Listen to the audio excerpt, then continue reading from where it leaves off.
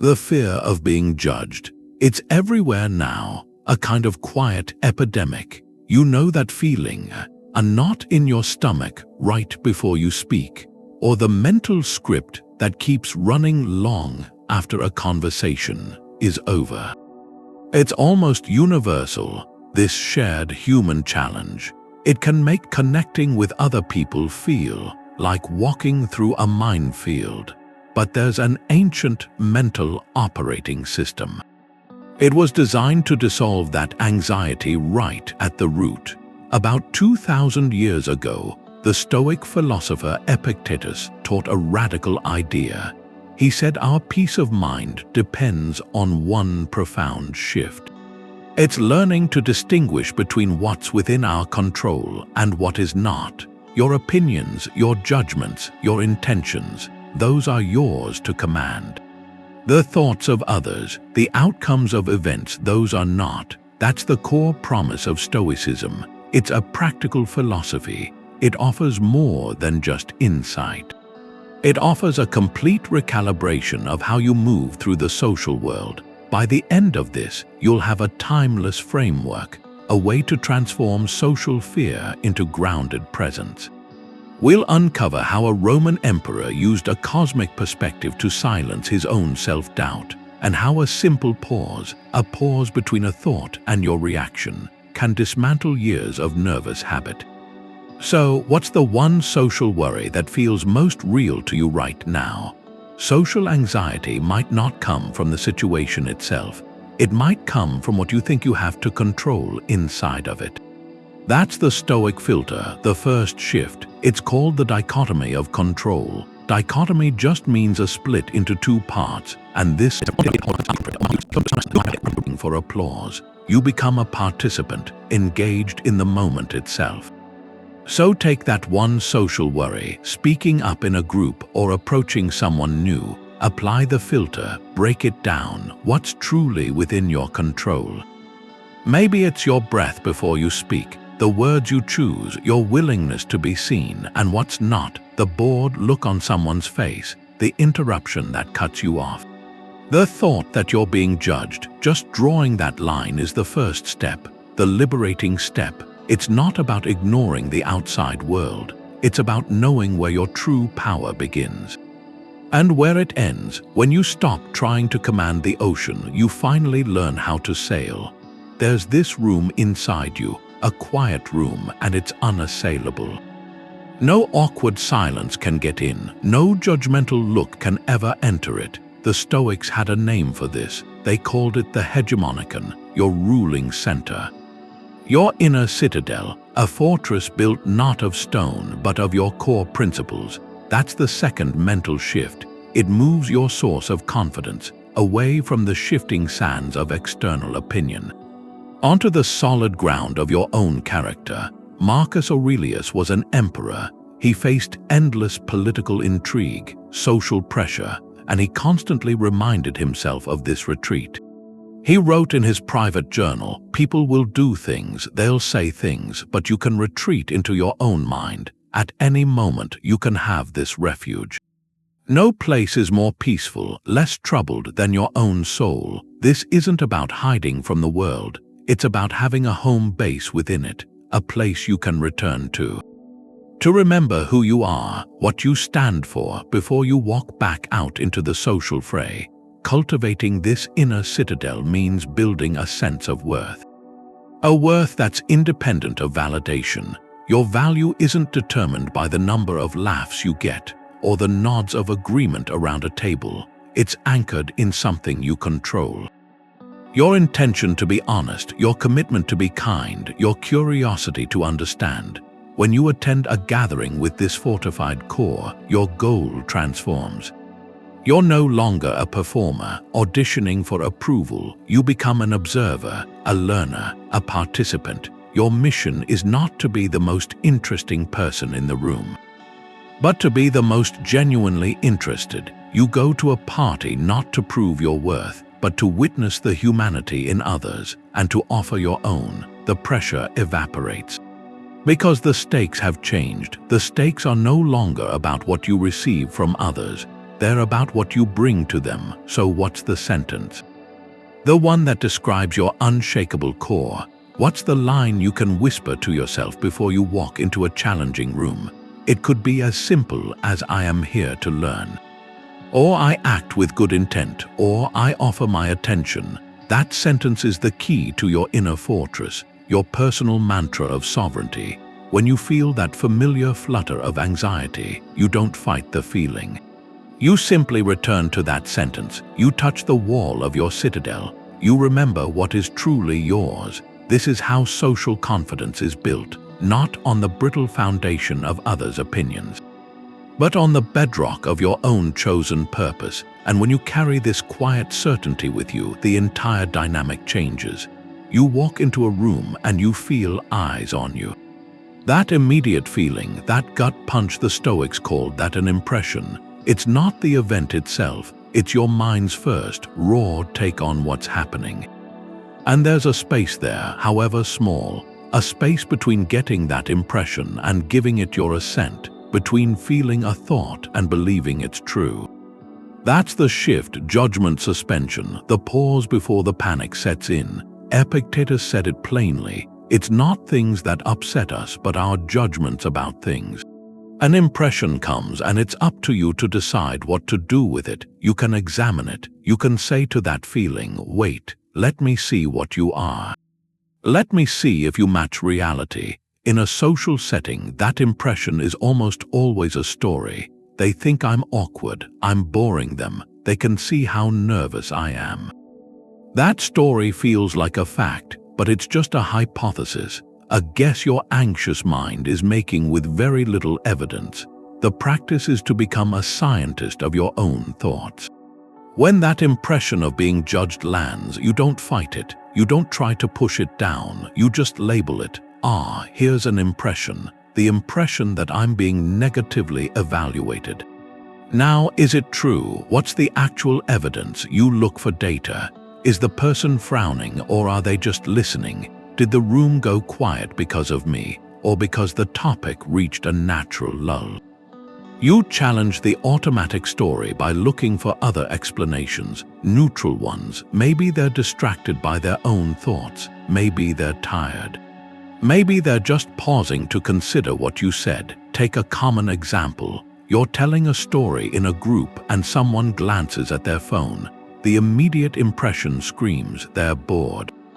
They think this is a waste of time. I should stop talking. If you assent to that, it triggers a cascade. Your voice might tighten. You might rush. The whole dynamic shifts.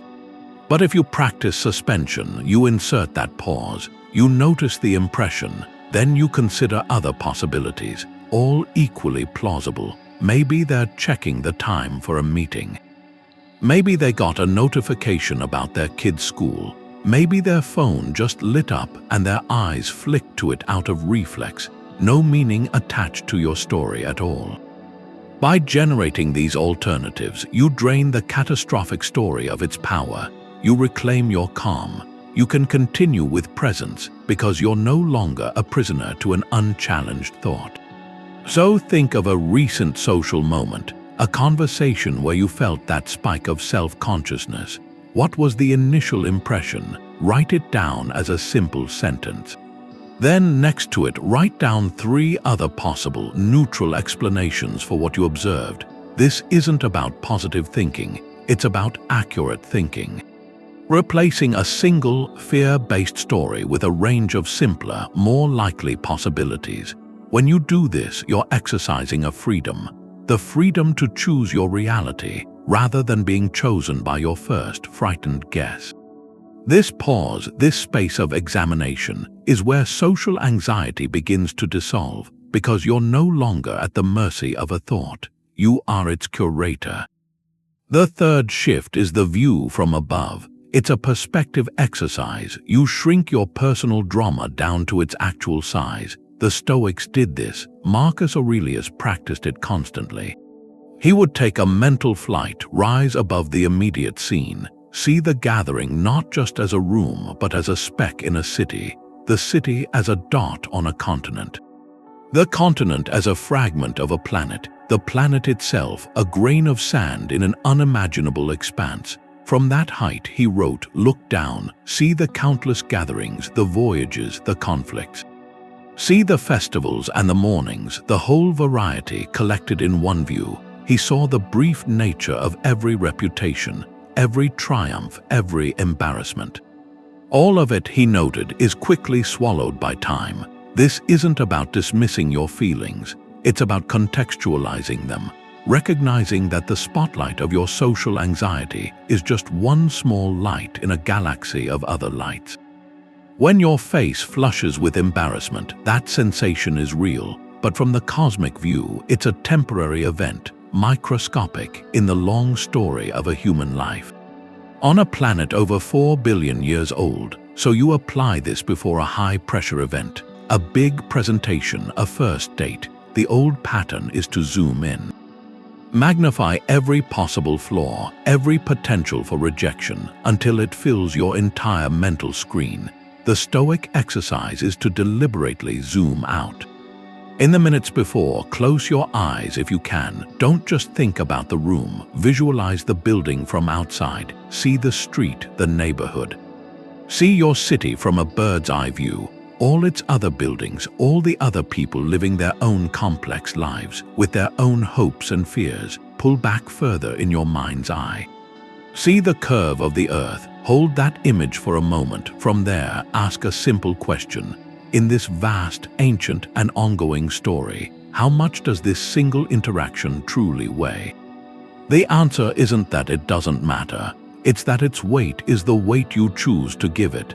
This exercise drains the situation of its catastrophic gravity. It returns a sense of proportion. You are not a gladiator in an arena fighting for your life. You are a person having a conversation on a Tuesday. The next time social anxiety begins to constrict your world, try a physical version. Step away if you can, look out a window, find the farthest point you can see, a distant tree, a far-off building, a cloud. Let your gaze rest there. As you look out, consciously expand your sense of scale. Remember the countless such moments that have come and gone, for you and for everyone else. This moment too will pass, become part of that vast history. What changes is not the event, but the stage upon which you perceive it to be playing out. When the stage is the size of the universe, your stumble is no longer a tragedy. It's just a human moment, a note in a much longer, much richer song. And from that expanded perspective, you can take a deeper breath, walk back in with a quieter mind. The last shift is the deepest one, Amor Fati, a love of your fate. It's choosing to embrace your whole social story, the easy talks and the hard ones. The people who stayed and the ones who left, not just putting up with the difficult parts, but because of them. Friedrich Nietzsche, who was shaped by Stoic ideas, put it this way. He said his formula for human greatness was Amor Fati, that you want nothing to be different, not forward, not backward, not ever, not just to bear what's necessary, but to love it. That's the final refrain. It moves you from resisting your social experiences to accepting them, and then from accepting them to valuing them. Every single interaction becomes raw material. Necessary practice, even the ones that feel like failures. Take a conversation that didn't go how you wanted, where you stumbled over your words or missed the moment. The old story says that's a failure, proof you're not good at this. Amor Fati tells another story. It says that conversation was valuable data, a lesson delivered straight to you for free. What did it teach? Maybe it showed you where your thinking was unclear, or that you were trying to impress instead of just being there. Maybe it just proved you can live through an awkward moment.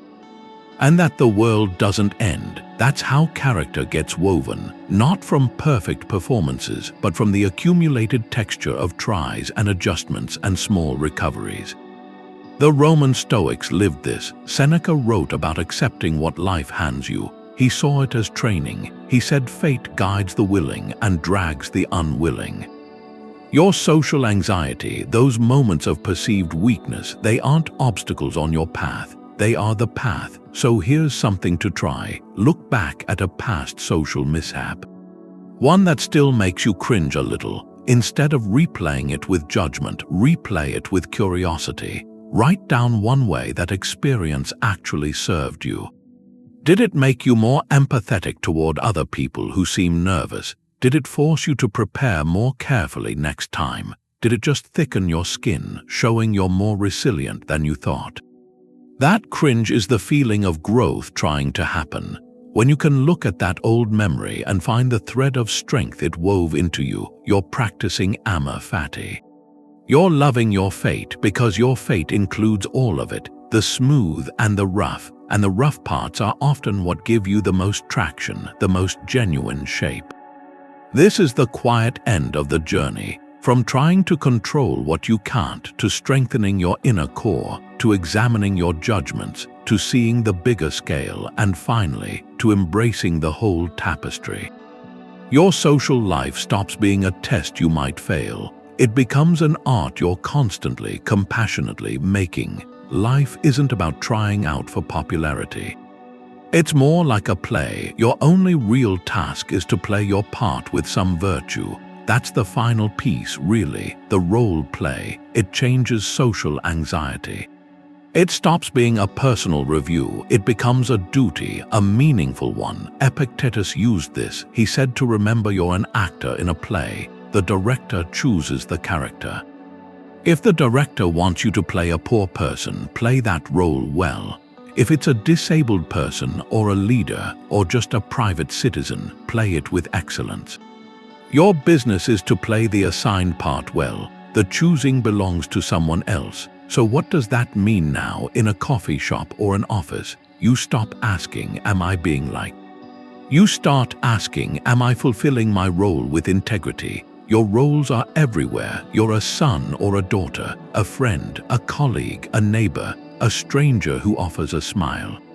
In any interaction, one of these is your primary part. Success isn't measured by applause or laughter or validation. It's measured by how well you embody the virtues of that role. Take the role of a friend at dinner. The anxious mind fixates on being witty, on holding the floor, being the center of the story. The Stoic mind focuses on the duty of friendship. What does a good friend do here? They listen attentively, they ask thoughtful questions, they celebrate the other's success, they offer support if it's needed. Your job is to execute those actions with presence. The other person's mood, their reciprocation, the vibe of the night, that's part of the larger play. Directed by forces beyond your control is in your performance of the duty itself, or your role as a participant in a meeting. Your duty might be to contribute your honest perspective for the good of the project. Playing that part well means preparing your thoughts, speaking clearly when it's your turn. It doesn't mean controlling how every idea is received, or worrying if your voice shook slightly. You delivered your line with the intention of contributing value. The curtain falls. You performed your duty. The rest is not your business. This reframe is liberating. It gives you a script, but not of words, a script of character. You walk into a family gathering and you define your role. Maybe today it's the grateful guest. Your virtuous action is to express thanks, to help clean up, to engage with an elder relative with patience. You focus entirely on executing those actions well. Any family tension, any offhand comment becomes just another actor delivering their lines in a complex scene. It doesn't have to derail your performance. So before your next social setting, take a moment, a quiet, deliberate casting call. Ask yourself, what is my primary role here? Is it the supportive partner, the engaged student, the welcoming host? Then define what playing that role with excellence looks like in concrete, virtuous actions. It might be, I will ask 3 open-ended questions, or I will offer 1 genuine compliment, or I will share 1 idea without self-deprecation. Your goal is no longer to steal the show. It's to honor the part you are given in this scene of life's story. When you do that, a calm settles in. The noise of what others might think fades into the background. You are simply doing your job, and there is deep dignity in that. There's unshakable confidence in a job well done. The Stoics had this drill for anxiety. They'd imagine the thing you're afraid of actually happening. They called it Premeditatio Malorum, the premeditation of evils. It wasn't about expecting the worst. It was a kind of inoculation. You'd mentally rehearse a difficult outcome and your own calm response. That strips the scenario of its power to shock you. Seneca practiced this constantly. He wrote about preparing for loss, for hardship, for changes in fortune. He wasn't dwelling in darkness. He was building a kind of emotional immunity. In his letters, he said we should anticipate possible challenges, not just expect them. He'd ask, what does fortune have in store for me today? Nothing I can't transform into training. This mental rehearsal makes you a prepared traveler, not a startled victim when life's bumps appear. Apply it to a social fear. Say you have to give a toast. The classic anxiety loop is to avoid thinking about it or to only fantasize about perfect applause. The Stoic method is the opposite. You sit quietly, you deliberately visualize what you dread, your voice cracks, you forget a line, there's an awkward silence. You see it in your mind's eye, not with panic but with detached curiosity. Then, the crucial second step, you visualize your response, not a meltdown. A composed, virtuous return. You see yourself taking a breath, smiling gently, finding your place again, or making a light, graceful acknowledgement of the stumble. You picture yourself carrying on, your dignity intact, because your worth was never tied to a flawless performance. You rehearse recovering, not avoiding. Walking through this simulation accomplishes something. You move the event from a terrifying unknown into a manageable, practiced scenario. The monster under the bed loses its shape when you turn on the light and look at it. When you've already faced the possibility of a stumble in your mind and decided how you'll meet it with character, the actual event holds no surprises. The anxiety has nothing left to feed on, so try it. Think of that upcoming interaction you're nervous about, a difficult conversation, a presentation. Give yourself 2 minutes, close your eyes, gently guide your mind to picture the specific outcome you fear. See it play out, then consciously guide the scene forward. See yourself pausing, remembering your inner citadel, choosing a response rooted in patience or kindness or simple honesty. Watch yourself navigate through it, not as a perfect hero, but as a human practicing resilience. When you open your eyes, notice the shift. The fear hasn't necessarily vanished, but it's been contained. It's been placed inside a larger story, a story where you have agency, where you have a plan. You've just done the most important rehearsal, not for perfection but for poise, and with that preparation, you can walk into any room knowing you are ready. Not for everything to go right, but for you to handle whatever comes. Social anxiety is usually asking, do they like me? But the Stoic question is different. It asks, am I acting with integrity? Am I being kind? That's the discipline of desire. It's about taking what you want and pointing it somewhere else. Away from what you can't control toward what's honorable. The tension in social things, it usually isn't about the other person. It's about our own longing placed in the wrong spot. We want approval, we want a certain status in their eyes, to be seen as smart or funny or successful.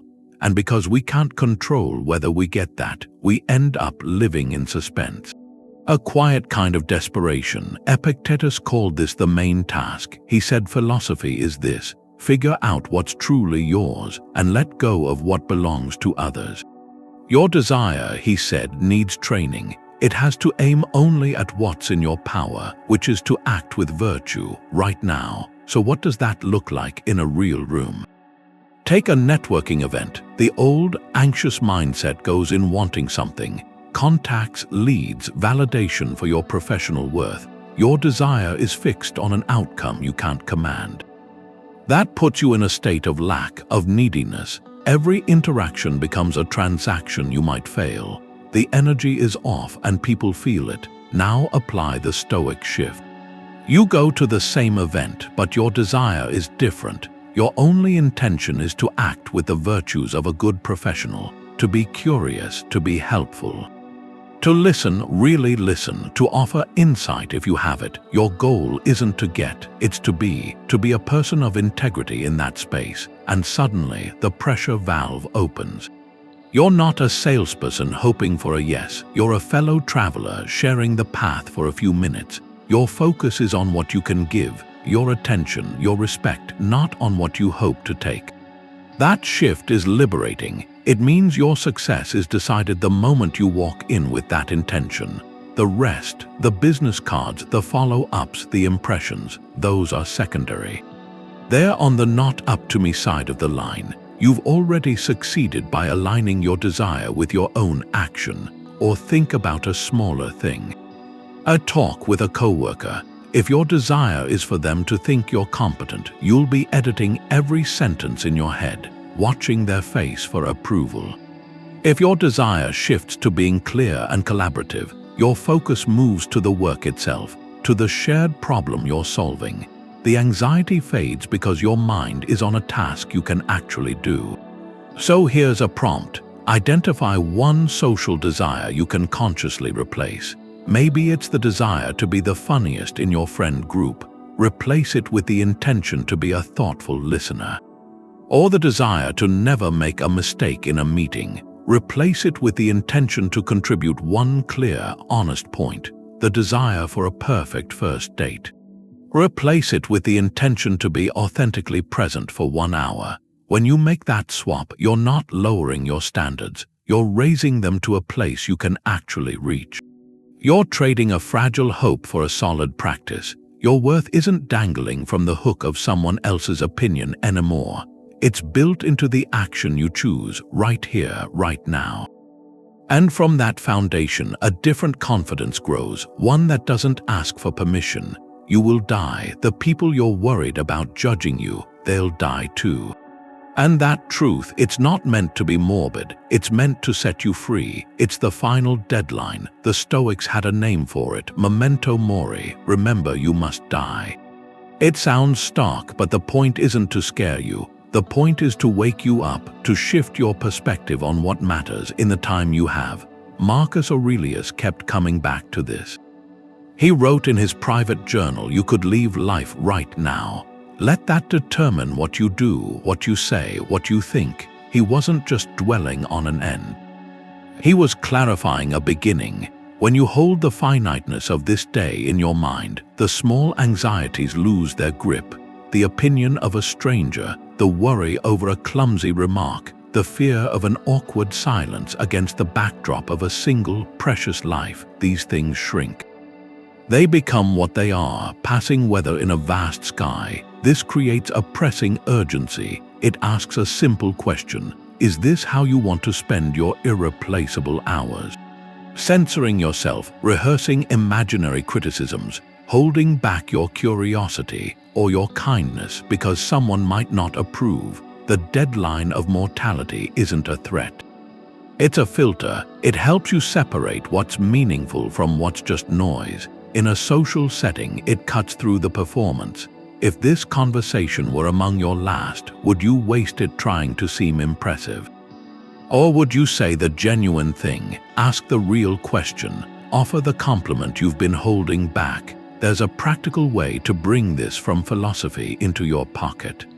The Stoics used physical reminders, a ring with a skull engraved, a special coin. You can use anything, a smooth stone in your pocket, a bracelet. Before you walk into a room, let your hand find that object. Feel its weight, let it be an anchor to the bigger truth. It's not a reminder of an end, it's a reminder of a limit, and limits are what create meaning. They force a choice. This moment is one of a finite number. How will you use it? So consider this. If you knew that tonight's dinner, tomorrow's meeting, that phone call you're nervous about, if you knew it was one of your final interactions, what mask would you set down? What pretense would suddenly feel too heavy to carry? You'd probably choose authenticity over approval, connection over caution. You'd listen more intently because time would feel too valuable for half attention. You'd speak more honestly because there'd be no later to save your real thoughts for. This is the ultimate use of Stoic wisdom for social fear. It takes the very thing we avoid thinking about and turns it into courage. The deadline frees you to be fully present, because in the face of that truth, the only thing left to fear is a life half-lived, a self half-shown. When you remember the clock is ticking for everyone in the room, the only sensible response is to meet them, here and now, without the armor. The person you're anxious about, they have the same nature as you, the same capacity to reason, the same vulnerability, the same ability to hope and to be hurt. And there's this final shift, this widening of the view, Sympatheia. It's the Stoic idea of the universe as one living, connected whole, a web where every thread matters, where your well-being is tied to everyone else's. That idea cuts right through the root of social anxiety, that feeling of separation, the sense that you're on a stage, performing alone for a jury of strangers. Sympatheia says there is no them, there's just us, all taking part in the same human experience. Marcus Aurelius thought about this all the time. He wrote, "What brings you joy?" The phrase, "I am part of a whole," nothing creates joy like that. He saw the world as one great city, a single commonwealth, and every rational being, he said, is a citizen of that highest city. From that angle, the person across from you isn't a critic or a competitor. They're a fellow citizen, a neighbor in this shared project of being human. They have their own private battles, their own hidden fears, their own wish to be understood, just like you. And when you take that in, judgment starts to soften. It turns into kinship. Your self-consciousness begins to feel out of place because you're not an isolated specimen under a microscope. You're a piece of a larger pattern. And so is everyone else. Think about walking into a crowded room. The old, anxious script looks for threats. Who looks confident? Who might reject me? Who's in the group I'm outside of? The Sympatheia script sees something else. It sees a gathering of shared fragility. Every person in that room has felt out of place at some point. Everyone has worried about saying the wrong thing. Everyone has craved connection and feared rejection. They're all living variations on the same theme. You're not walking into an arena, you're walking into a chorus, and your voice, however quiet or unsteady, belongs in the song. There's a practical way to build this feeling. A simple mental exercise you can do anywhere. Look at someone you feel intimidated by, maybe a colleague who seems effortlessly articulate, or a stranger at a party who radiates cool confidence. Instead of comparing yourself, just pause, silently, in your mind, wish them well. Hope they're happy, that they're free from suffering, that they find what they're looking for. This isn't about them, it's about rewiring your own perception. When you actively wish someone well, you're acknowledging your shared stake in being human. You're pulling them out of the category of judge and putting them into the category of fellow traveler. The dynamic shifts from opposition to connection. Another way is to look for the universal in the specific. In a conversation, when someone shares an opinion you disagree with, or a story that seems foreign, look past the surface.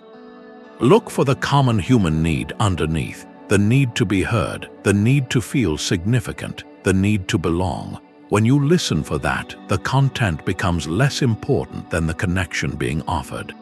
You're no longer two separate minds debating. You're two expressions of the same universal reason, trying to make sense of things together. This perspective doesn't erase social challenges. It frames them differently. Awkwardness isn't a personal failing. It's a shared human glitch, a moment where the universal connection stutters for a second before finding its rhythm again. Your role isn't to perform flawlessly for an audience. Your role is to contribute your fragment of reason and goodness to the whole, to play your part in the interconnected web. So tonight or tomorrow, in the middle of a gathering, take one silent moment. Let your gaze soften. See the room not as a collection of individual critics, but as a temporary constellation of the same stardust. All of you under the same sky, wanting the same basic things. From that place of shared belonging, what would you say? How would you move? The anxiety wasn't about the people. It was about the story of separation, and you can write a different one. The most powerful social tool is something you don't rehearse. The key to social ease isn't about having brilliant things to say. It's the practice of hearing. We spend so much energy on our next line, our witty comeback, our impressive insight. We treat conversation like a duel of monologues.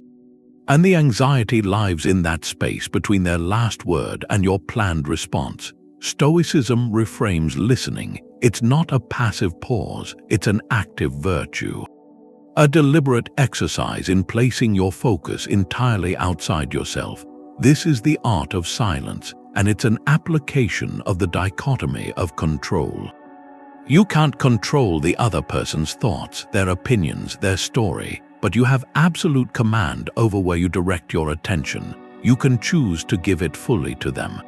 The Stoics held this in high regard. Zeno, the founder of Stoicism, said we have 2 ears and 1 mouth so we can listen twice as much as we speak.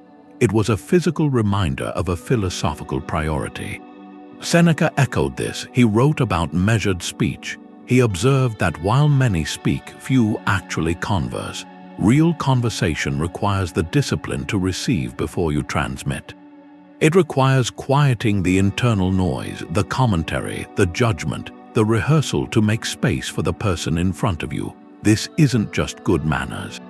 It's a training ground for presence. Here's how it works as a practice. In your next conversation, set a single, simple goal. Your objective is not to be interesting. It is to understand, to comprehend not just their words, but the feeling or intention behind them.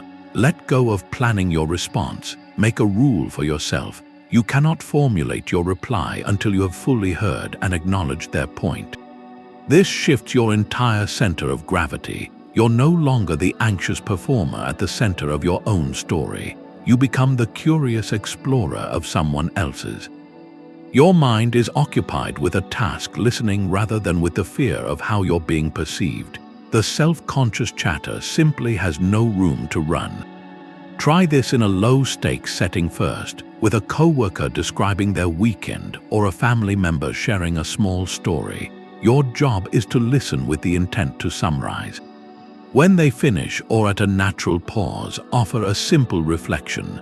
So what I'm hearing is that the project felt rewarding once you got past the initial hurdle.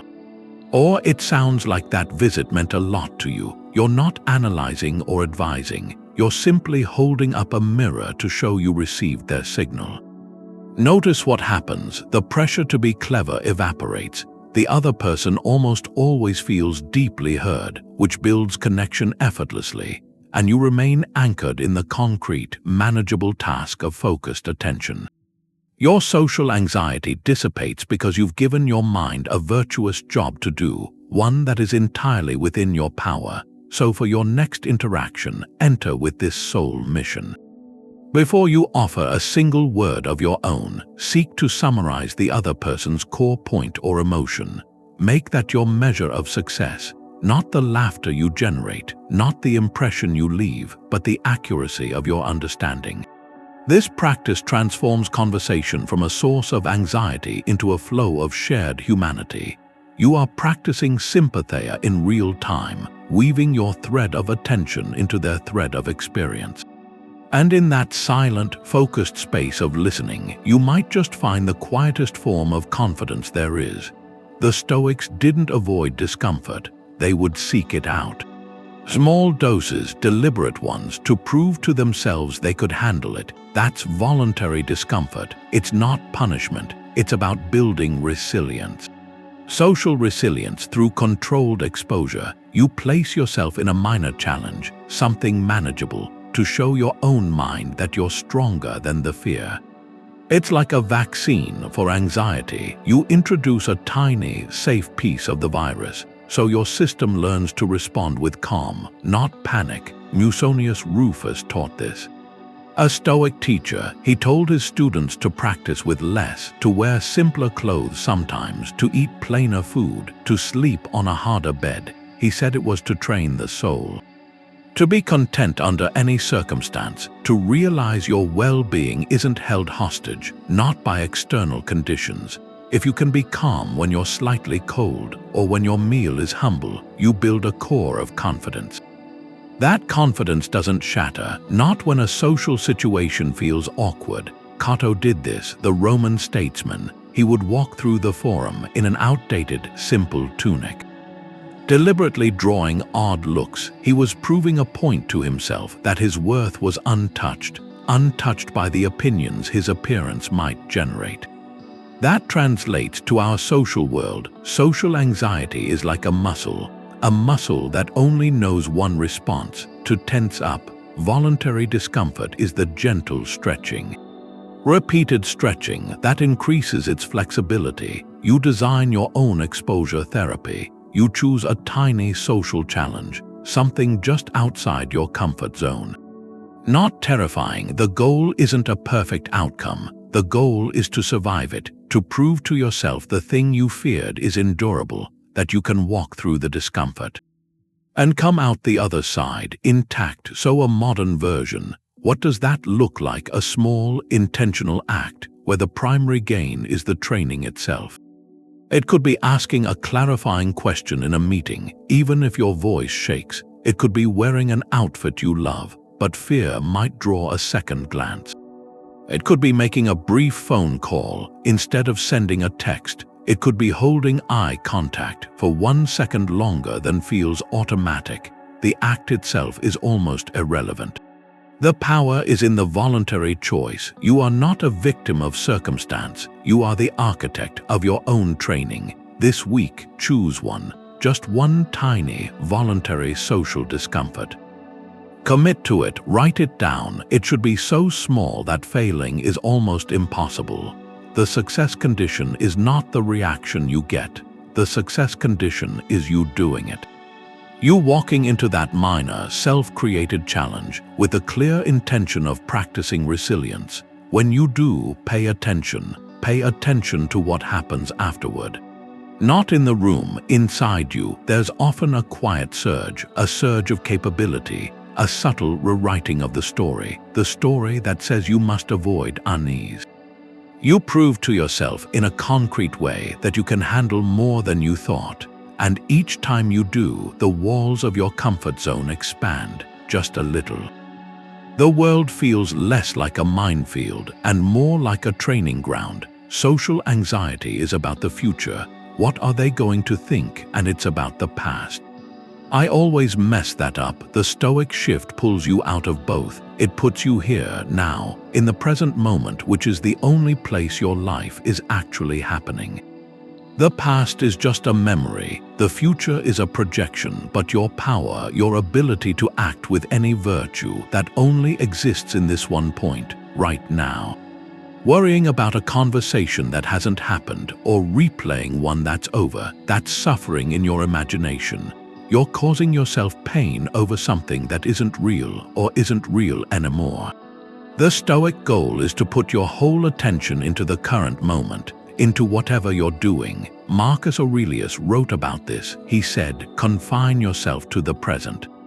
You could go live a quiet life somewhere, but is that the problem? No, the problem is what you carry with you, your mind running to the future or the past. He told himself, just do what's in front of you. Do it seriously, tenderly, willingly, with justice, with all the virtues. He wasn't talking about some grand mission. He meant the next right thing, the person right there, the sentence you're saying, the breath you're taking. That's your entire field. In a social situation, this is practical. Your mind starts spinning about what to say next, or it cringes at a joke that fell flat 5 minutes ago. That's the choice. You can follow that thought into anxiety. Or you can bring your focus back gently, firmly, back to the present arena. One good way to do that is through your senses. Your body is always in the present. So use it as an anchor. In a conversation, feel your feet on the floor. Notice your weight in the chair. Feel the air on your skin. Listen to the actual sounds in the room, not just the words, but the tone, the rhythm. This isn't ignoring the person, it's grounding yourself in the shared space so you can actually be with them.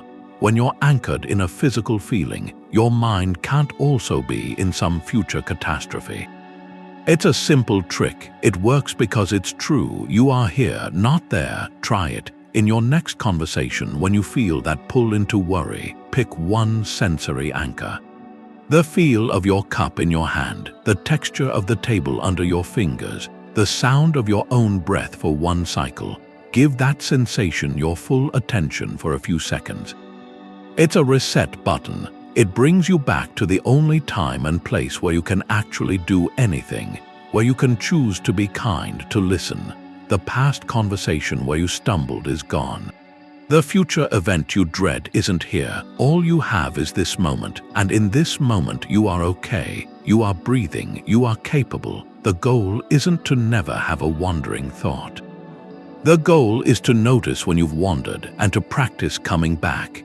Every time you guide your attention from an imaginary future or a haunting past back to the solid reality of the present, you're strengthening a muscle. You're training yourself to live your life as it happens, not as you fear it might be. So here's a challenge. Sometime today, in a social setting, catch your mind drifting. Don't judge it, just notice. Then choose one simple physical detail around you, the color of a wall, the taste of your drink, the feel of fabric on your arm. Let your awareness rest on that for 5 seconds. You just performed the most important social skill. You came back to the only place where connection is possible. Stoicism draws this really sharp line. Your character, that's the only real good. Everything else in a social situation, it's just a preferred indifferent. That's the foundation. It changes what you're actually chasing when you're with other people. The Stoics had a term for things like reputation, popularity, easy conversation, social status.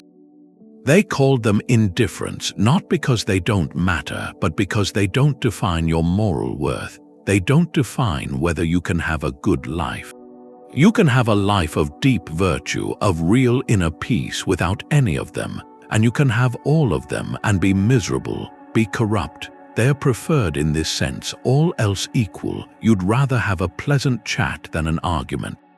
You'd prefer to be respected, not mocked, but they're not good in the final sense. They're external, outside your will. What is inside your power is your virtuous use of them. This idea, it detaches your sense of self from social outcomes. Your happiness, it can't be held hostage anymore, not by whether a meeting went perfectly, not by whether you got the invitation. Epictetus said it directly. It's not things that disturb people, he said. It's their judgments about things. Death, for example, is nothing terrible. Otherwise it would have seemed that way to Socrates. The terror is in our judgment that death is terrible. Apply that to a social fear, being ignored at a party, that's nothing terrible. But our judgment that it means we're unlikable, that we're worthless, that's where the terror comes from. By calling the event itself an indifferent, you pull the poison out. You examine the judgment, not the event. Take a practical contrast. You're working toward a promotion. The title, the salary, the corner office, these are classic indifferents. They're preferred. It's reasonable to work for them. But if you treat them as the ultimate good, then your entire well-being is tied to a committee, a decision you don't control. Anxiety seeps in, desperation. The Stoic approach is to pursue excellence in your work. The diligence, the teamwork, the integrity, that's the virtuous action. That's the true good. You pour your energy into what you can control, showing up with skill, showing up with character. The promotion stays a preferred indifferent. You'd welcome it, but your peace doesn't depend on it. You've already succeeded by fulfilling your virtue. In a purely social sphere, this applies to every interaction. A smooth, flowing conversation, that's a preferred indifferent. Your intention to be kind, to be attentive, that's the good. A wide circle of friends, that's a preferred indifferent.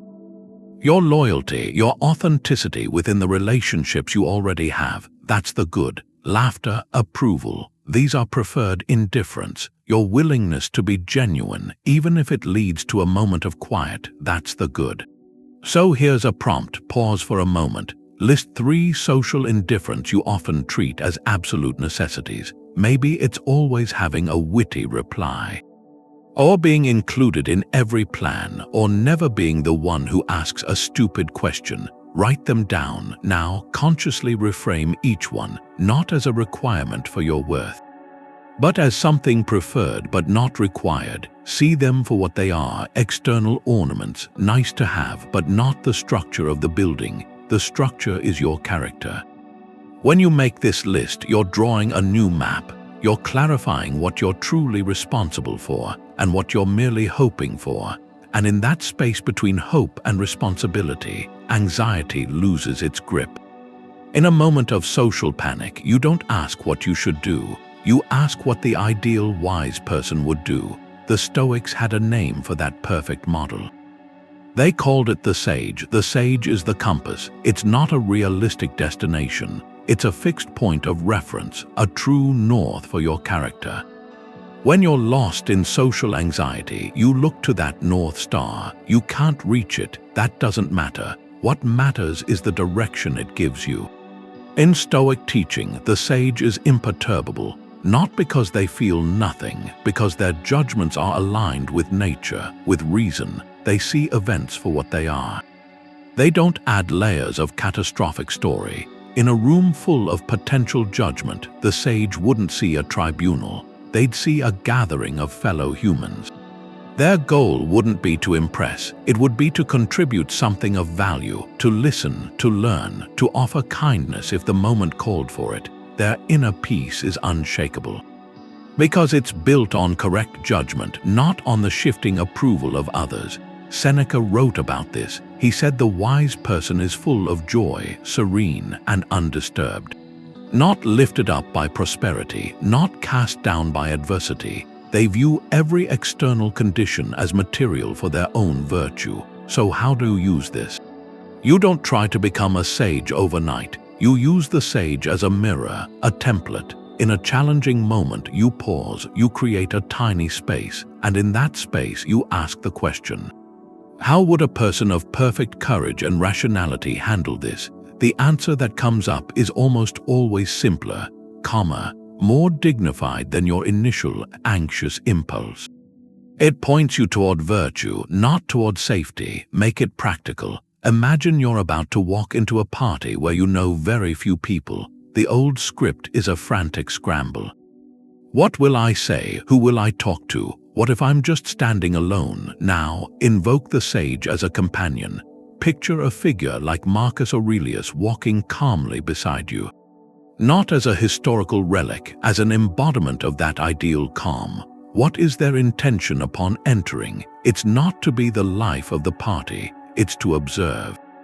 To be present, to engage if an opportunity for a genuine connection arises.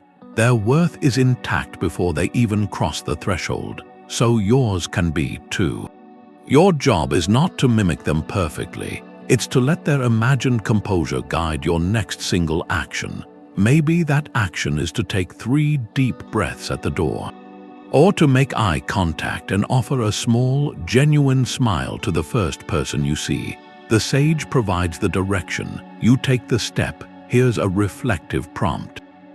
Think of one specific social fear you carry. Maybe it's the fear of your voice shaking during a presentation, or of being left out of a side conversation.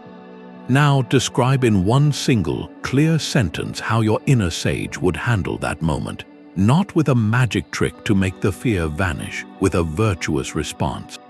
Your sentence might be, the sage would focus on the value of the message, not the sound of the voice, or the sage would observe the conversation with curiosity, not with a sense of personal lack. That sentence is your compass heading. When the anxious weather rolls in, you don't have to know the whole map. You just need to remember that one true direction. The Stoic is grateful for the awkward party, grateful for the tough conversation. They don't see it as a punishment. They see it as a gift because it's the gym for their character. It's gratitude for the opportunity itself. That's the final reframe. It turns every social challenge from a threat into a training session. You stop asking why this is happening to you.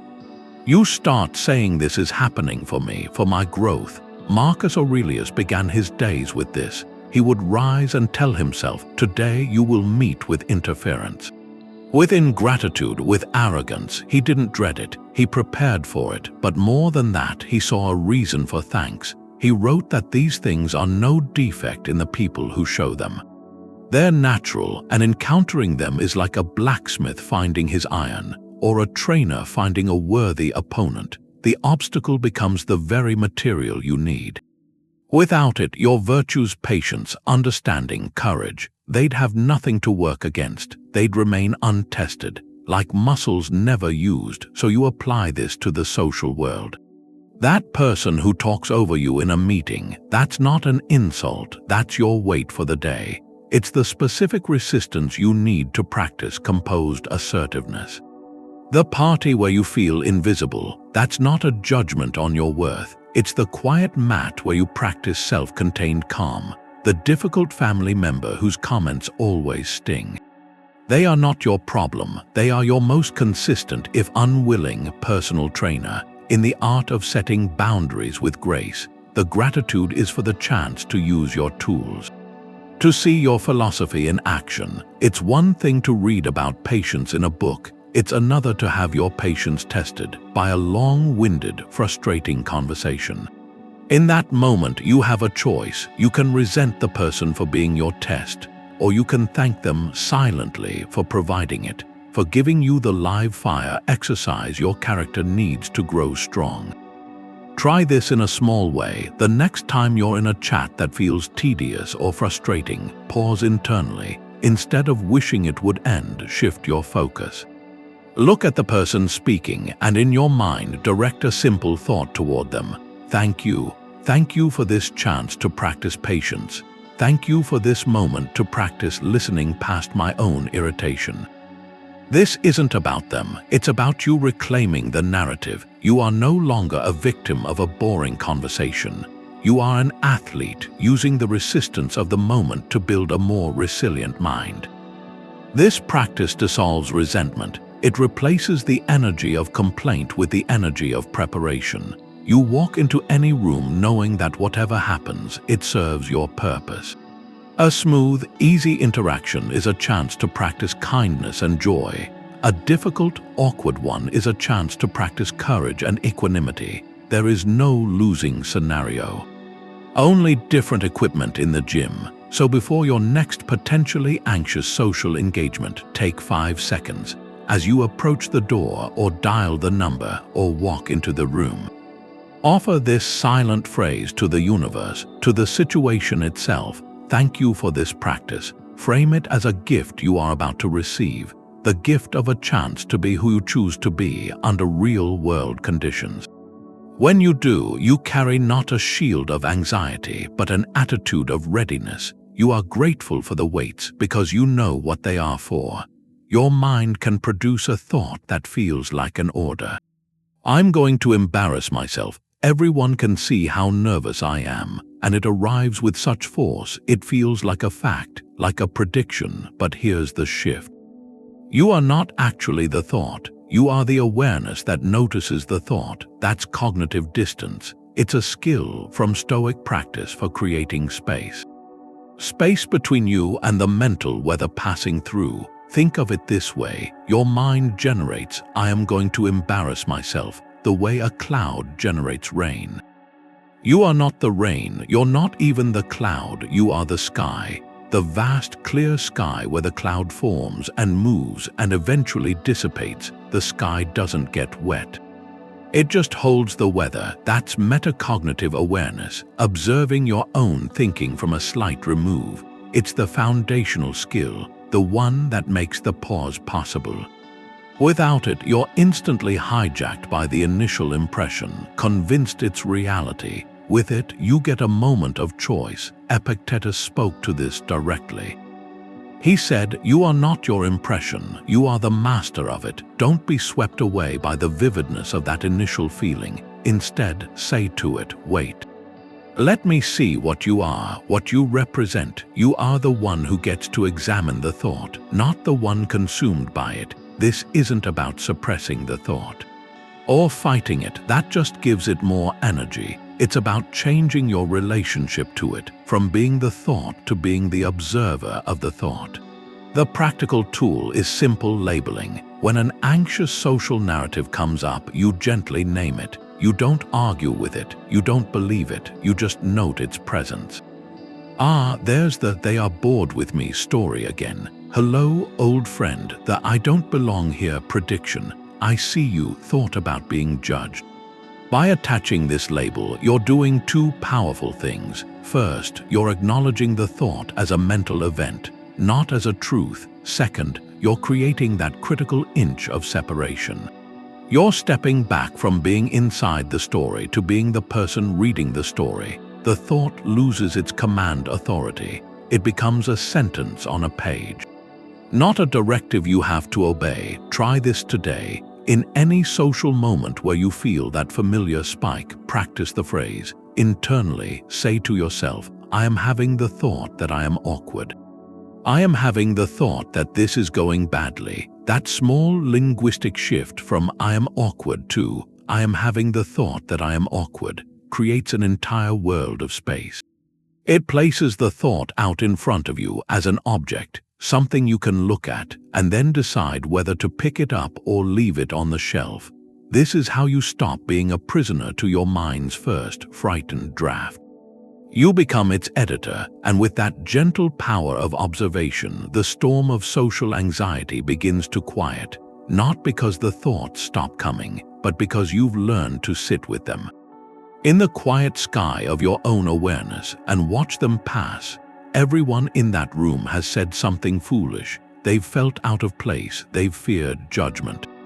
That's not your unique flaw. It's the human condition. The Stoics called that a common notion, a shared piece of rational understanding available to everyone.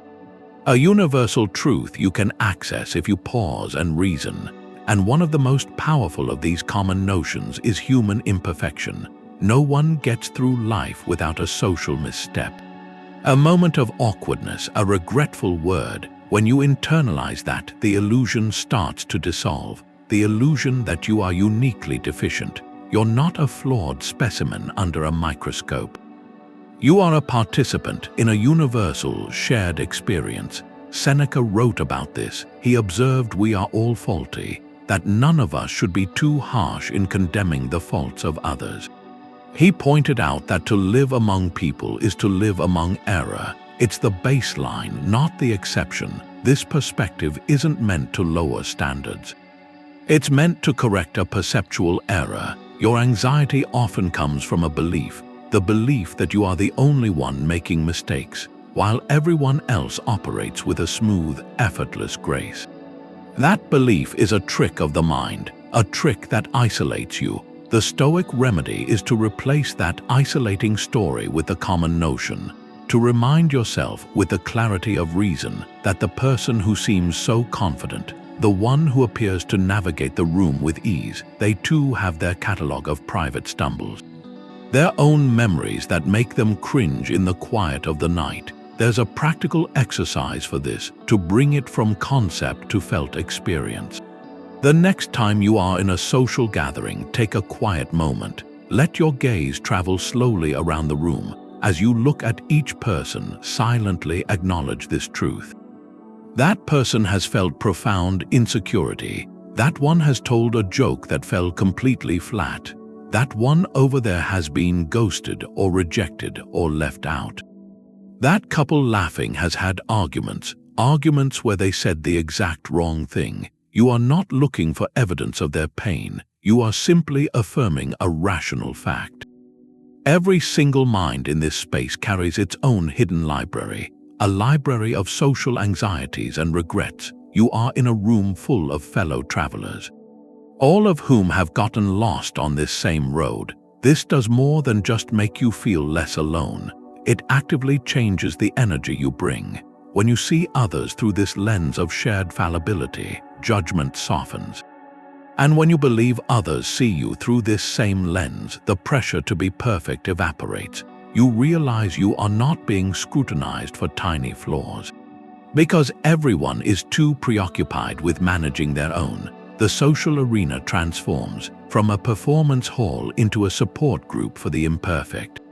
Which is to say, for everyone, so try a reflective prompt. Think back to a time you witnessed someone else's minor social flub.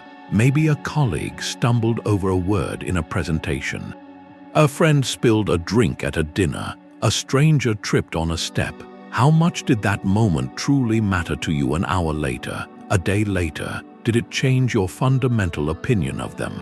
Or did it simply register as a human moment, quickly absorbed into the larger tapestry of who they are? You likely extended to them a grace, an understanding that your own anxious mind refuses to grant you. The Stoic asks you to apply that same rational grace to yourself, to see your own stumbles with the same gentle, common sense understanding, the understanding you so easily offer to others. When you do, the weight of uniqueness lifts. You are simply human among humans, doing the best you can with the shared, imperfect material you've been given. The Stoics had this idea. They'd add a silent caveat to every plan. If nothing prevents it, it's called the reserve clause. It's a mental footnote you attach to your intention. I'll have a meaningful conversation, fate permitting. I'll share my idea clearly if nothing interferes. That tiny phrase holds the whole dichotomy of control. You commit fully to your effort, but you surrender the specific outcome. You do your part, knowing the world may have other plans, and that's okay. Epictetus taught this. He said, in everything you do, act with a reservation. You undertake the action while holding in mind that conditions may change. Go to the bath, he said, but hold this thought. I want to bathe and to keep my will in harmony with nature. If an obstacle arises, you can say, well, this was not my only wish. I also wish to keep my will in harmony with nature. The primary goal shifts from the external event, a perfect bath, a flawless conversation, to the internal state you maintain. Your will stays aligned no matter what happens outside you. This dissolves performance anxiety at the root. You're no longer betting your entire sense of worth on a single, uncontrollable result. You're investing it in your own virtuous attempt. The reserve clause is a psychological safety net. It lets you walk the high wire of social risk, knowing you've already defined success correctly. Success is the attempt made with good character, not the reception it receives. Apply it to a common intention. You set a goal. I will introduce myself to 3 new people. That goal alone can create tension. What if no one is approachable? What if you only manage 2? The old mind sees that as failure. Now add the clause. I will introduce myself to 3 new people, fate permitting. It doesn't make you lazy, it makes you wise. You still walk in with the same intention, the same openness. You still look for opportunities, but you've accepted that the flow of the room, the availability of others, these aren't in your command. If you only speak to one person, but with genuine curiosity, you've still fulfilled your aim. You acted within the conditions provided, or a more vulnerable goal. I will voice my disagreement in the meeting. That can feel terrifying. The fear of conflict tightens your throat. Frame it with a clause. I will voice my perspective respectfully, fate permitting. Your duty is to prepare your thoughts and speak with integrity. The duty of others to receive them well, or the group's decision, that's on the other side of the line. You've done your part. The outcome is in the hands of the larger whole. This week, choose one social goal. It can be small. I will ask one open-ended question at lunch. I will give one sincere compliment. Formulate it clearly. Then, consciously append those 3 words, fate permitting. Feel the subtle release of pressure. The goal is no longer a rigid demand on reality. It's your offering to it. You're stating your preference to the universe while acknowledging the final edit is not yours to make. This is the posture of the Stoic in action, engaged, diligent, yet fundamentally at peace with whatever comes next. Your effort is yours, the result belongs to life. And in that separation, you find the freedom to try anything. Before you decide they're judging you, stop and ask what might be going on for them. They're probably caught up in their own script. That's the view from the other side, a deliberate shift of attention outward. Social anxiety traps you in an echo chamber of your own fears. It turns every glance, every silence into a verdict on your worth. The Stoic exercise breaks that loop. It asks you to step out of your own story and consider the story of the person across from you with genuine curiosity.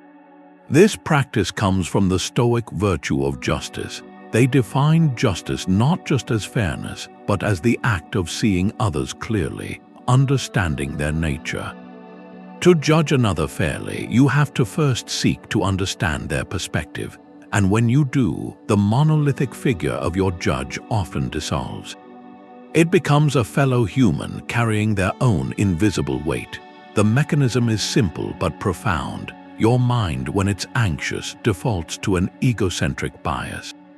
It interprets the world as if you're the central character in everyone else's narrative.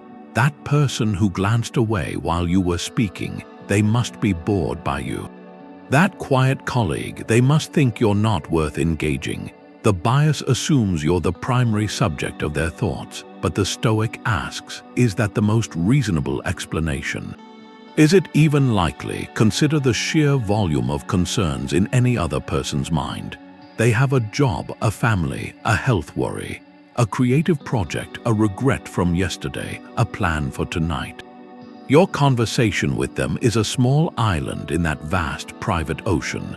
To assume you dominate their mental landscape is, in a strange way, a form of arrogance. The antidote is empathetic inquiry. Take a common scenario. You're in a meeting and you share an idea. A senior person in the room doesn't react. They just nod and move on. The anxious interpretation is immediate and personal. They didn't like it. They think it was foolish. I shouldn't have spoken. Now, activate the view from the other side.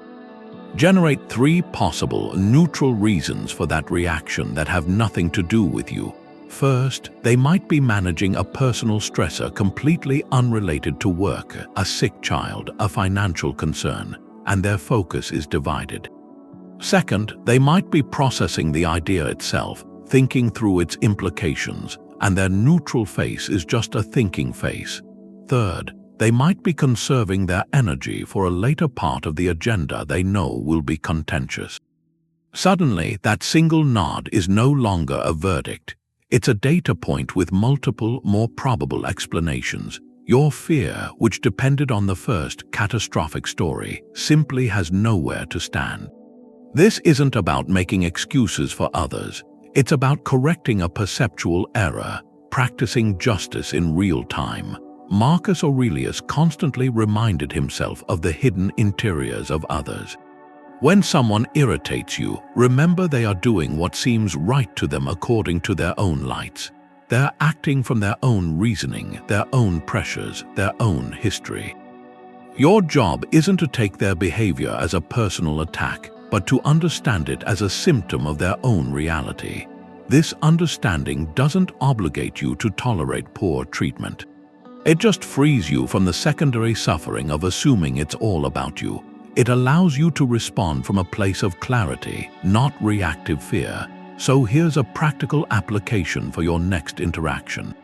Pick one person you'll see today, a coworker, a cashier, a neighbor, someone you might feel even a flicker of social unease around. Before you engage, take a silent moment. Actively wonder about their life, not in an intrusive way, but with a generous curiosity. They might be tired from a long shift. They might be anxious about an appointment later. They might be kind but shy. They might be grieving a loss you know nothing about. Hold that possibility in your mind as you speak to them. Notice how it changes the quality of your attention. You're no longer monitoring yourself for flaws. You're offering a subtle, invisible gift of understanding. And in that offering, your own anxiety often finds it has nothing to latch onto. Try this reflective prompt. Think of a recent minor social friction. Maybe someone was short with you or seemed dismissive. Write down on one side of a page your initial anxious interpretation of their behavior. Then, on the other side, write down 3 alternative explanations for their behavior that are neutral or even positive, and that have absolutely nothing to do with you. The very act of writing creates cognitive distance. It proves to your own nervous system that the story you first believed is just one story among many. When you cultivate the view from the other side, you stop seeing antagonists in a personal drama. You start seeing complex characters in a shared human one. The fear of judgment loses its fuel. It's replaced by a quieter, more accurate connection to the world as it actually is. Your life is a blink, and the Stoics put that right in front of your social fears. It's not just remembering you'll die, it's remembering you're alive now with limited time. That limit forces a brutal prioritization. It makes you weigh what you're chasing in a conversation. Are you chasing the appearance of being interesting or the reality of an interesting exchange, managing an image or making a connection? Social anxiety often has you pursuing a triviality. The approval of a stranger, the perfect witty remark, and you do it at the expense of the essential thing, which is the human exchange itself. Life is just too short for that trade. Seneca wrote a letter on the shortness of life. He said life is long enough if you know how to use it, but we squander it on petty anxieties, on empty pursuits. We act like we have an endless supply of days, so we fritter them away on concerns that, from the end of our lives, will look laughably small. The fear of a conversational lull. The worry over a slightly awkward joke. The energy spent decoding if someone liked you. These are the petty anxieties he meant. They're the currency of a life that hasn't confronted its own deadline. Picture 2 versions of the same coffee chat. In the first, you're preoccupied with appearing cool. Your mind is a backstage manager, critiquing your posture, editing your sentences before they leave your mouth, scanning their face for approval. The conversation is a performance. You leave feeling drained, win or lose. In the second, you've internalized the shortness. You enter with a different question. What can we discover here in these 20 minutes? Your focus shifts outward. You listen to understand, not to reply. You share something real, not something impressive. The connection, however brief, has weight. You leave feeling enriched regardless. The first spends life's currency on a hollow trophy. The second invests it in shared humanity. So here's a challenge, a reflective prompt. If you had 6 months to live, what social pretense would you immediately drop? Would you still worry about being the quiet one in the group? Would you still hide your genuine enthusiasm for a niche hobby for fear of seeming odd? Would you still hesitate to tell someone they mattered to you? The answer that springs to mind isn't morbid, it's a compass. It points directly to the armor you're wearing that's grown too heavy. That pretense is what your anxiety is protecting. And the Stoic argument is that you're protecting a prison. Let the finitude of your time be the key. Stop spending your life polishing the bars. Your mind has this gatekeeper. It's called assent, and social anxiety, it's like a messenger storming the gate, shouting warnings, demanding to be let in. Stoicism teaches you something.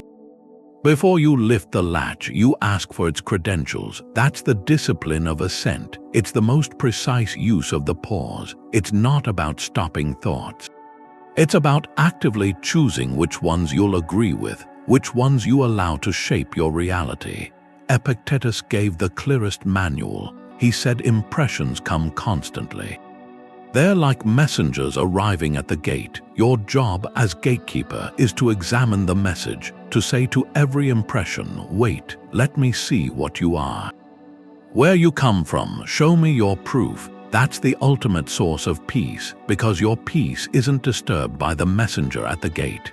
It's disturbed by you, the gatekeeper, swinging the gate open without a single question. Think of a typical social impression. You walk into a room, someone you know gives a quick, polite smile and turns away. The messenger arrives, it carries a scroll. The scroll reads, "They are avoiding me. They don't really want me here." In a state of anxiety, assent is automatic. You see the scroll, you believe it completely. And you throw the gate open. The thought floods in, it takes over your nervous system. It dictates your next actions: withdrawal, overcompensation, a spiral of self-doubt. The disciplined Stoic gatekeeper does something different. The messenger arrives with the same scroll, but instead of opening the gate, you step forward. You hold up a hand, you say, "Halt, let me examine this." You take the scroll and you ask it questions. First, is this impression about something within my control? The other person's attention, their mood, their reasons, these are not yours to command. That already tells you this message is about an external, an indifferent. It carries less weight. Second, is this a fact or an interpretation? The fact is they smiled and turned away. The interpretation is that it means rejection. What's the evidence for that interpretation? Could there be 100 other, more neutral reasons? Maybe they're distracted by a personal worry. Maybe they're shy themselves. Maybe they're just looking for the restroom. By questioning the message, you withhold your automatic agreement. You keep the gate closed. The impression, denied your assent, begins to lose its power. It remains just a possibility, not a truth. It lingers outside the walls. It can't storm the fortress. This is a moment-to-moment practice. It's the micro work of freedom.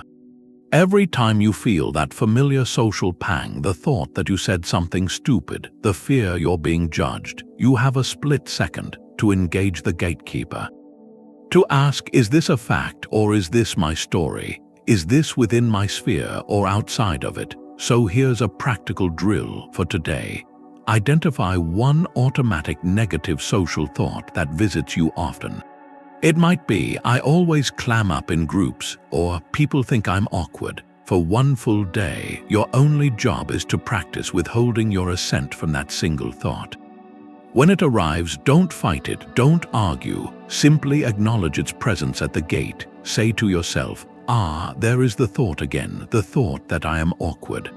I see you," and then consciously choose not to sign its paperwork. Choose not to believe it as the final word. You're not claiming the opposite is true. You're simply refusing to certify this particular story as official. Notice what happens in the space that opens up. Without your agreement, the thought is just a passing noise.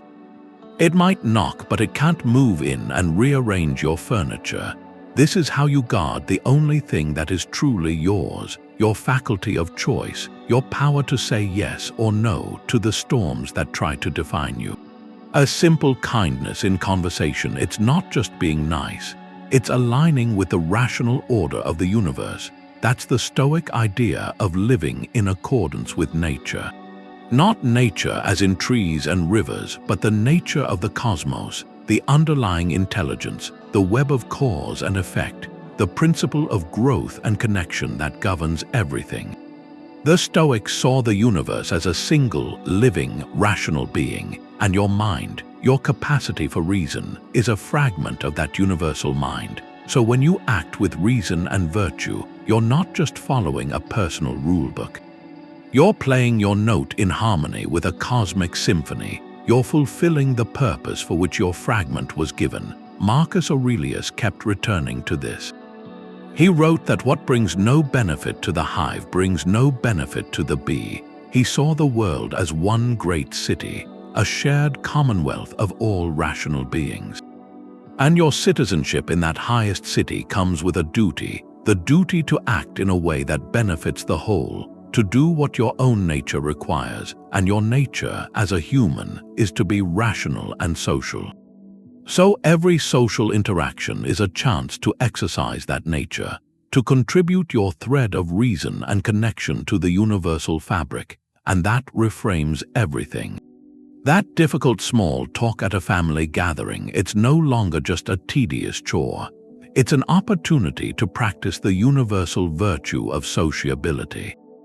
To strengthen the bonds of your little part of the human hive, listening patiently to a colleague's long story isn't just being polite, it's an act of cosmic justice. Acknowledging their inherent worth as another fragment of the same universal reason, even setting a boundary with grace, saying no with kindness, becomes an act of harmony. It's you using your reason to maintain balance for yourself and for the relationship. You can see the next social gathering not as a room of separate individuals, but as a microcosm of that universal city. Each person is a citizen, each carries a spark of the same rational fire, and your role isn't to stand out or to hide. Your role is to contribute what your nature as a rational, social being dictates. To listen, to understand, to cooperate, to offer kindness where you can. When you do that, you dissolve the petty self-concern of social anxiety. You're no longer a solo performer worried about reviews. You're a cell in a larger body doing its job for the health of the whole. Your success is measured by how well you perform your function, not by the applause you receive. So consider how being authentically, unapologetically yourself in a social setting is an act of harmony with nature. Your unique perspective, your genuine curiosity, your particular brand of kindness, these are the specific tools your fragment of universal reason was given to contribute. Hiding them to fit in isn't humility, it's a disservice to the whole. It's like a unique instrument in the orchestra refusing to play its part. The music is poorer for it. When you offer your true self with reason as your guide, you aren't being selfish. You're fulfilling a cosmic assignment. You're aligning your will with the will of the universe, which made you precisely as you are for a reason. And from that alignment flows a confidence that has nothing to do with the room and everything to do with your place in the stars. Social anxiety comes from wearing a heavy costume. The witty one or the competent one, and the Stoic shift is just taking it off, the relief of being human. You build this persona over years, this mask you think you need to be accepted. But it needs constant maintenance. You have to remember your lines, watch for cracks. Every interaction becomes a performance review, and the fear of the mask slipping, of being exposed, that's where the deepest anxiety lies. The Stoics saw this as a fundamental error, a misplacement of value. They called for a return to simplicity, to the unadorned truth of who you are. Your worth isn't in the costume. It's in the character beneath it. Musonius Rufus lived this. He was a Stoic teacher. He taught that luxury and pretense were diseases of the soul. He wore simple, rough clothing. Ate plain food. This wasn't a fashion statement. It was a philosophical one. He was proving his tranquility was independent of external ornament. He said a philosopher should be known by his character, not his cloak. Cato the Younger did this in Rome's political arena. Others schemed for popularity. He would walk through the forum in an outdated tunic, deliberately flouting convention.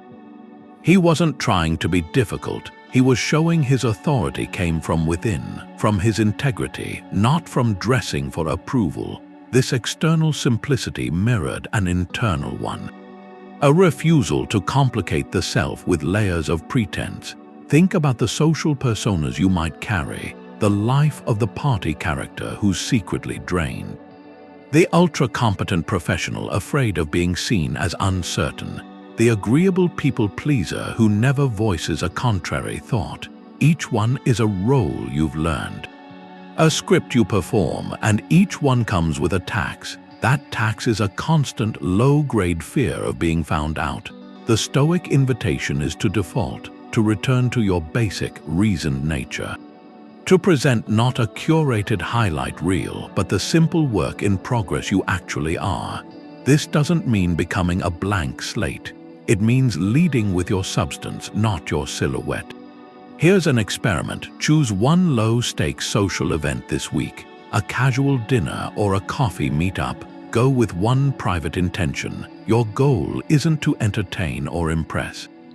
Your goal is to be quietly observant, to listen more than you speak, and to only speak when you have something genuine to contribute, not a rehearsed anecdote. A real thought or a question that arises in the moment, give yourself permission to be the quiet one, the one who nods and smiles. Notice what happens. Without the pressure to perform, your nervous system calms. You become an audience member in the theater of the evening, not an actor straining under the lights. You might find people engage with you more naturally. They're sensing the absence of an agenda. They're meeting a person, not a persona, so take a moment. Identify one aspect of your social persona that feels most like a costume.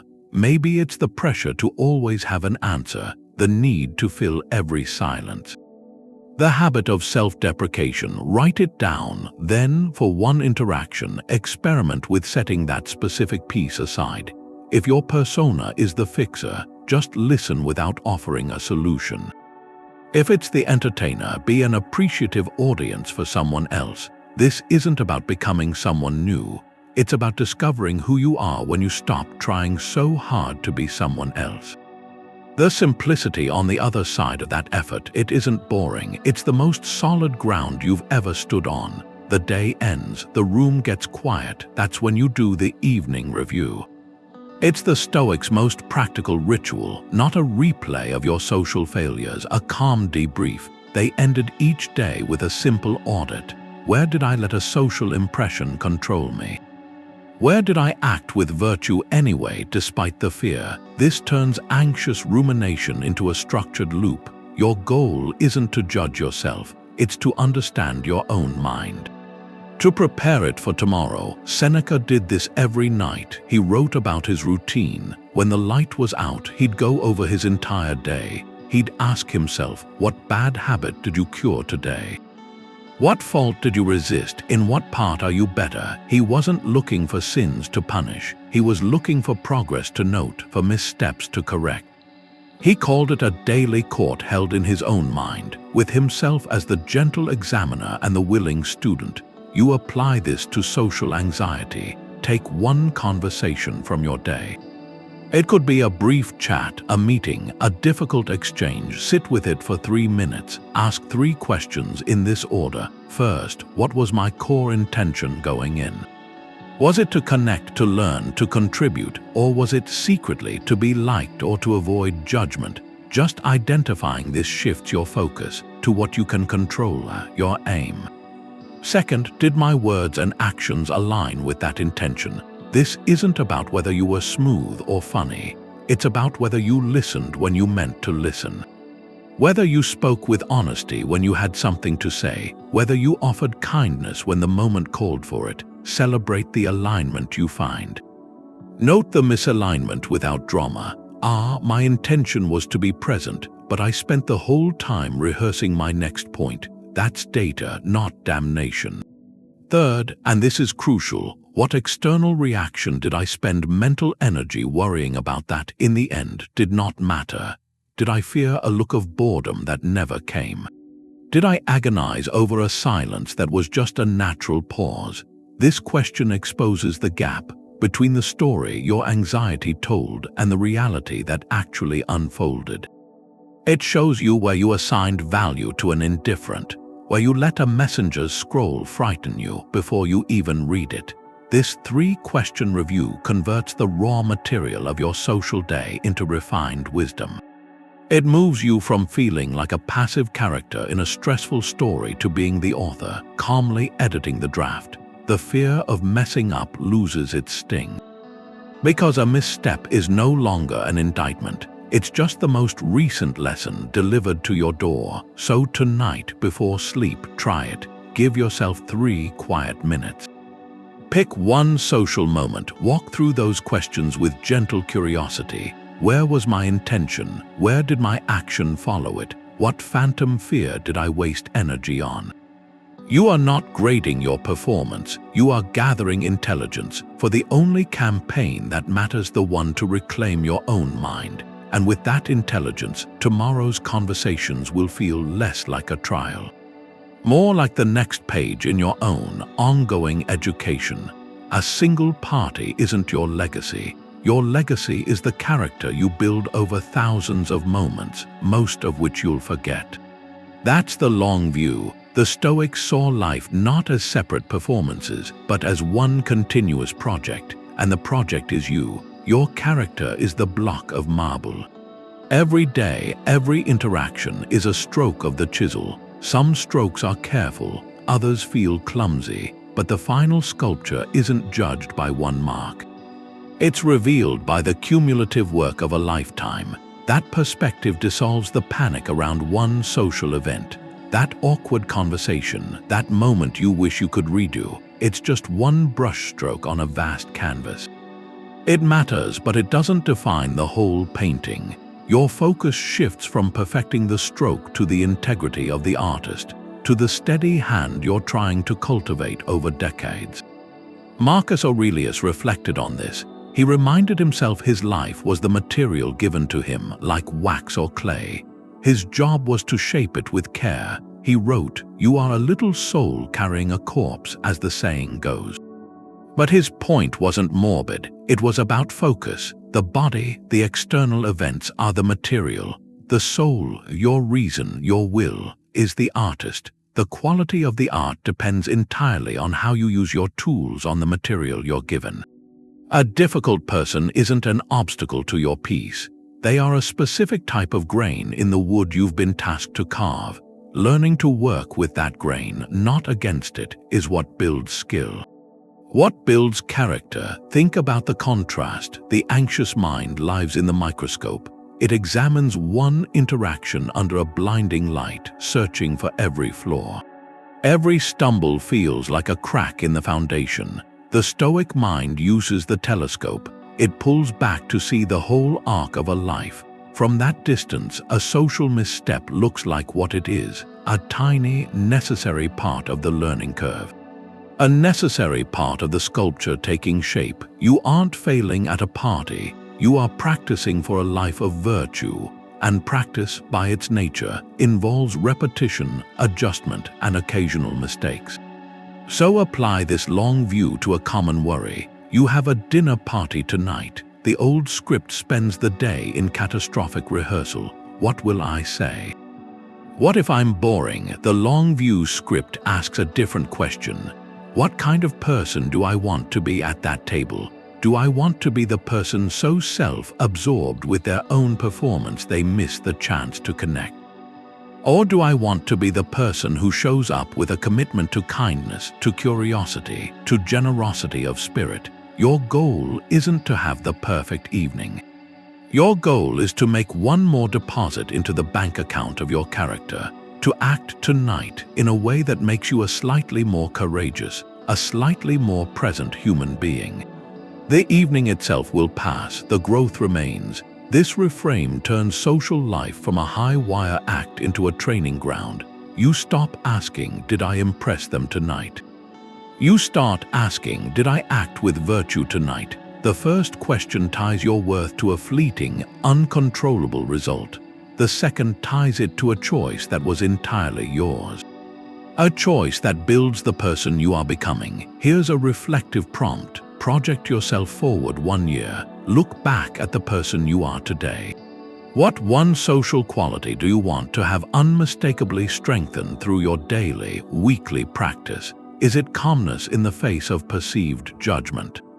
Is it the authenticity to speak your quiet truth without apology? Is it the generosity to listen without waiting for your turn? Choose one, just one. Now see tonight's gathering, tomorrow's meeting, this week's coffee chat for what they truly are in that year-long project. They are not final exams. They are practice sessions. Each one is a single stroke of the chisel on the marble of your character. And with that long view, you can pick up the tool with a steadier hand and a much quieter mind. The mind moves from wanting control to understanding sovereignty, from fearing judgment to accepting shared humanity, from performing a role to inhabiting your own presence. This shift isn't about being the loudest voice, it's about being the calmest presence within yourself. Freedom in a social setting isn't the absence of nervousness. It's that quiet authority when your sense of worth isn't on the table for negotiation anymore. It's inner sovereignty, that unshakable knowing your peace is an inside job. Marcus Aurelius faced the judgment of millions. He offered a final key. He wrote to accept the things to which fate binds you, and to love the people with whom fate brings you together, but to do so with all your heart. That's the serene end point, to accept with your whole heart the conditions you can't change, the thoughts of others, the flow of a conversation, an awkward silence. And to pour your full effort into the one thing you can always command, the quality of your own attention and intention. The anxiety dissolves, not because the world becomes less unpredictable, but because your anchor is no longer attached to its shifting waves. So you begin not with an overhaul, with a single chosen practice. Look back over these shifts. See which one whispered to you. Maybe it's drawing the line each morning. What is mine to control today and what is not? It could be the evening review, turning rumination into gentle learning. Or the decision before walking into a room to seek understanding over approval. Choose one, just one principle, and commit to practicing it. Not perfectly, but consistently for the next 7 days. This shift isn't a lightning bolt, it's the patient cultivation of a garden, one deliberate thought at a time, a quieter mind, a more courageous social life. Your path to a freer, more present you begins with your very next breath, and the conscious choice of what you do with it.